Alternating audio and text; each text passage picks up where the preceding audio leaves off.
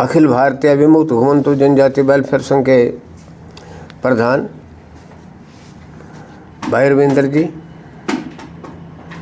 Chief general secretary Amar Singh ji, general secretary बालक राम जी, रानू छारी जो इस को मुहिम को चला रही हैं बहुत ज़्यादा, और विभिन्न प्रदेशों से आए हुए मेरे होनहार साथियों, मैं केवल इतना ही कहना चाहूँगा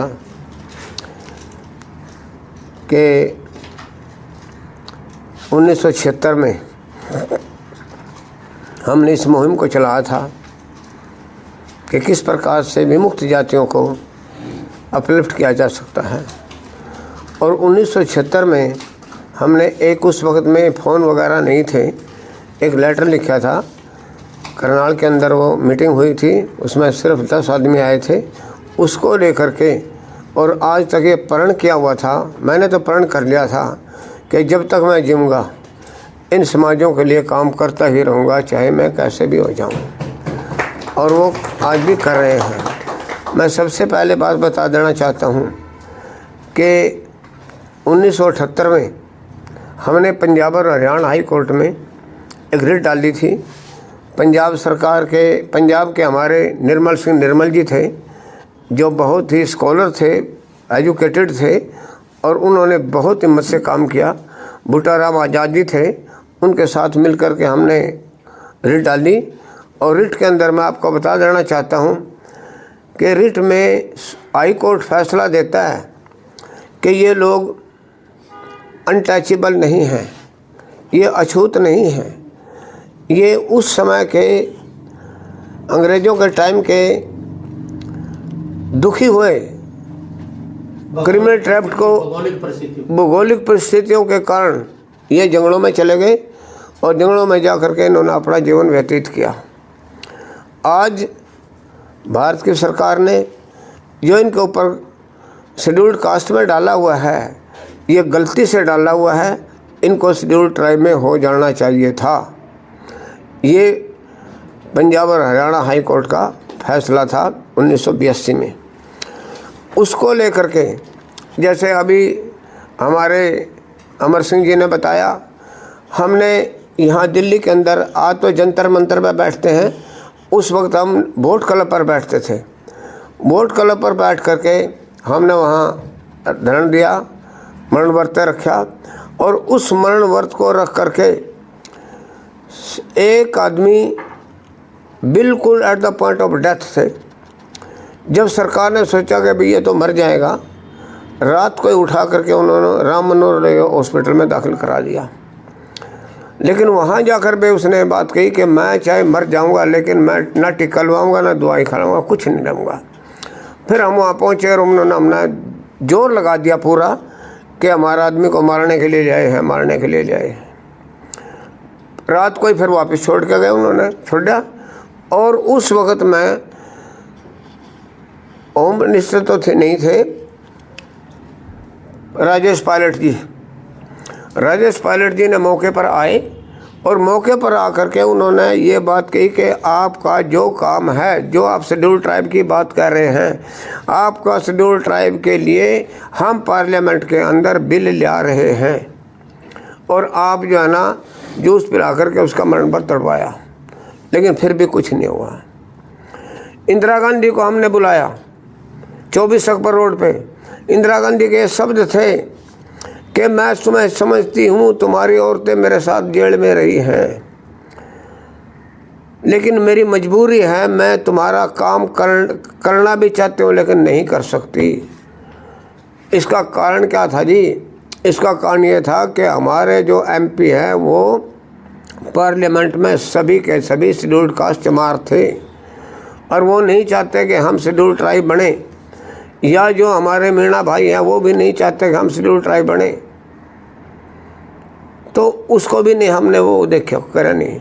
इंदिरा गांधी को एक बार हम मिले, ये उन्होंने भी साफ इनकार कर दिया था। अब लंबी बात ना कहता हुआ मैं केवल एक ही बात कहता हूँ कि हमें अभी शायद आपको पता होगा 1 दिसंबर 2024 को सुप्रीम कोर्ट ने एक फैसला दिया है डिप्राइव्ड का। बड़ा गहरा काम है ये डिप्राइव्ड, वंचित अनुसूचित जाति 2 बना दिए, शेड्यूल्ड कास्ट एंड वंचित अनुसूचित जाति डिप्राइव्ड। शेड्यूल्ड कास्ट में कौन है? केवल चमार। डिप्राइव्ड में कौन है? ये हम सभी जातियां, जिसके अंदर दानक भी आ गया, वाल्मीकि भी आ गया, दूसरी जातियां, अगर हम सब के सब मिला दिए उसके अंदर। अब क्या होगा? मैं हरियाणा की बात कहता हूँ, ऑल इंडिया के अंदर तो 15% और 7.5% है। अलग अलग राज्यों में अलग अलग परसेंटेज हैं। हरियाणा में 20% है शेड्यूल्ड कास्ट की। 10% शेड्यूल्ड ट्राइब को दे दो, ना शेड्यूल्ड कास्ट को दे दो, 10% दे दो डिप्राइव्ड को। डिप्राइव्ड में कितनी जातियाँ? 42। शेड्यूल्ड कास्ट में कितनी जातियाँ? 1। हम उसमें भी खुश थे, लेकिन कब थे? जब हमें अलग से शेड्यूल्ड ट्राइब की ना कह करके विमुक्त जाति का नाम दे दिया जाए। ये भी हमारे लिए बड़ा कुठाराघात है। आज ये बात दूसरी है, मैं ये निवेदन करना चाहूँगा आप सभी लोगों से, भाइयों से, कि इस मुहिम को चलाने के लिए हमारे प्रधान जी बैठे हुए हैं, रविंदर जी।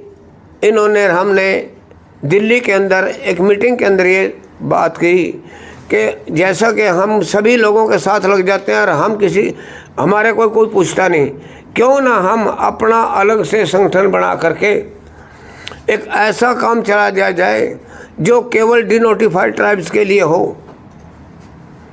लेकिन वो प्रोग्राम हमने बना करके आज परमात्मा की कृपा से आप सब लोग उसी के अंडर आए बैठे हुए हैं। ये बात चलती रहेगी। अमर सिंह जी, बालक राम जी और दूसरे अन्य बहुत से साथी हैं। अब मैं तो ज़्यादा कुछ नहीं कहता हूँ। इसके रानू छारी जी के बारे में मैं बताना चाहता हूँ। इस लड़की ने इस उम्र में सारे हिंदुस्तान के प्रत्येक राज्य में जा कर के कार्य कर रही है, और आप लोगों के लिए ये सर कार्य इस लड़की के हाथ से चल रहा है। तो मैं ऐसी ऐसी बच्ची हमारे पास और भी आ जाएं, महिलाओं का भी हमारे में इसमें योगदान रहे। जैसे मेरी बहन जी बैठी हुई हैं, इनका भी योगदान होना चाहिए इसके अंदर।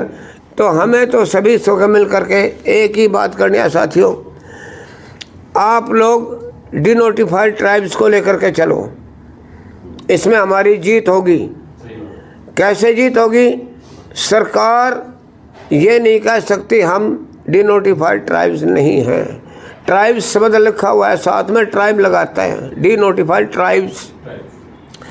जब सरकार भी मानती है, और 1952 के अंदर जब ये क्रिमिनल ट्राइब एक्ट तोड़ा गया, उस वक्त भी डिनोटिफाइड ट्राइब्स लगा दिया गया था।